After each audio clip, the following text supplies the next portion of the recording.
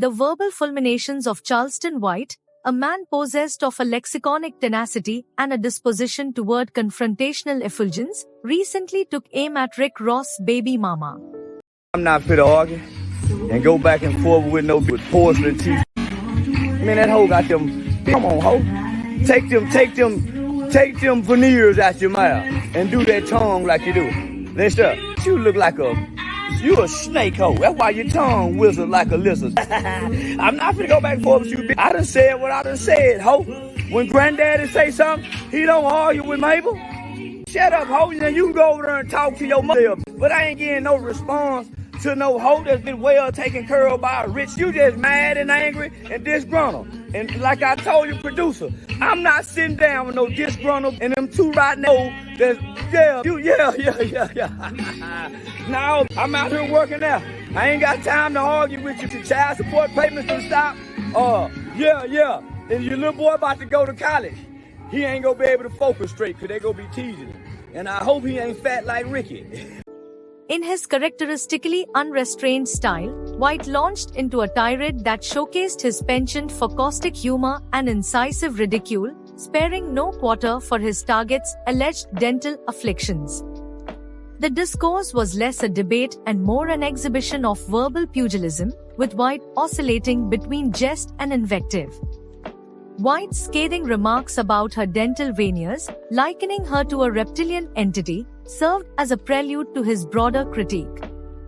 This metaphorical imagery, while undoubtedly harsh, was emblematic of his rhetorical strategy, one that aims to demean and destabilize his adversaries through vivid and often grotesque comparisons. The portrayal of her tongue as that of a lizard's, whistling in a serpentine fashion, was a particularly pointed barb designed to strip away her dignity. In Charleston White's dialectical theater, there is a clear demarcation of roles. He positions himself as the paternal patriarch, the authoritative voice who, like a resolute grandfather, issues proclamations that are not to be challenged. His repeated assertion that he would not engage in a back and forth with her underscored his perception of superiority and finality in their exchange. This stance was a strategic refusal to legitimize her rebuttals, effectively silencing her through sheer dismissal. The invocation of familial hierarchy, where granddaddy does not argue with Mabel, further reinforced his attempt to frame the interaction as one-sided. White's use of such familial analogies serves to paint his opponent as insubordinate and unworthy of serious consideration, relegating her to the status of a disobedient child.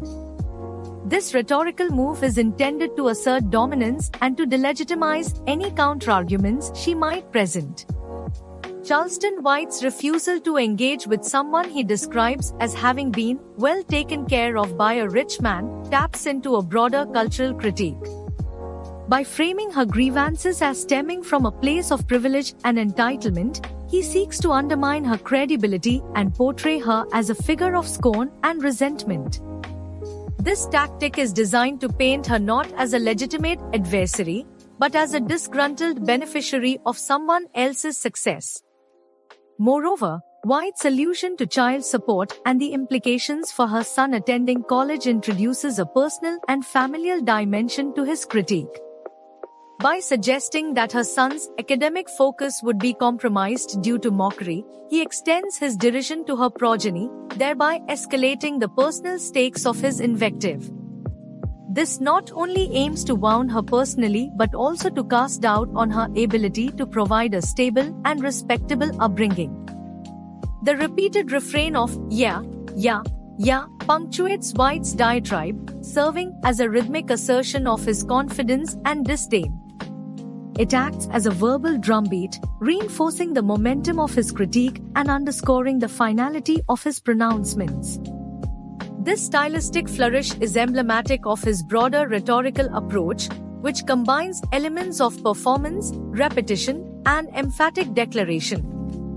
White's self-description as someone out here working out contrasts sharply with his portrayal of his opponent. By positioning himself as active and industrious, he implicitly critiques her as passive and dependent. This contrast is designed to elevate his own status while further denigrating hers, reinforcing the dichotomy between his self-perception and his depiction of her. His dismissal of any potential sit-down with her as unworthy of his time underscores his strategy of selective engagement. By refusing to grant her the platform of a face-to-face confrontation, he seeks to maintain the upper hand and deny her the legitimacy that such an engagement might confer. This tactic is consistent with his broader approach of minimizing his opponents by refusing to acknowledge their arguments. White's ultimate goal in this diatribe appears to be not just to insult but to delegitimize and diminish his opponent's social standing. His critique extends beyond personal attacks to a broader condemnation of her character and circumstances, aiming to strip away any semblance of respectability or authority she might claim. This comprehensive assault is designed to leave no aspect of her public persona unscathed. In the end, Charleston White's invective against Rick Ross' baby mama serves as a case study in his rhetorical style, a blend of vivid imagery, personal denigration, and strategic dismissal. His aim is not merely to win an argument but to obliterate his opponent's standing through a relentless barrage of insults and critiques. Whether one views this approach as effective or excessively harsh, it undeniably showcases his unique brand of confrontational oratory.